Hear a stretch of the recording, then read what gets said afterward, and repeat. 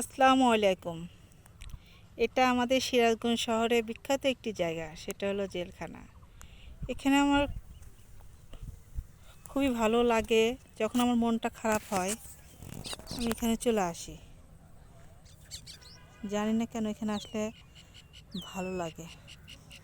আসলে আমাকে নদী, গাছপালা, প্রকৃতি এগুলো আমার খুব টানে, আর আমি সেই জন্য বারবার এখানেই চলে আসি।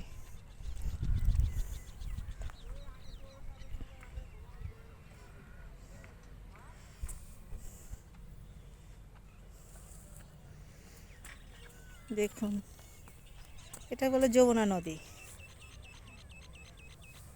আমাদের সিরাজগঞ্জ বিখ্যাত একটি জায়গা।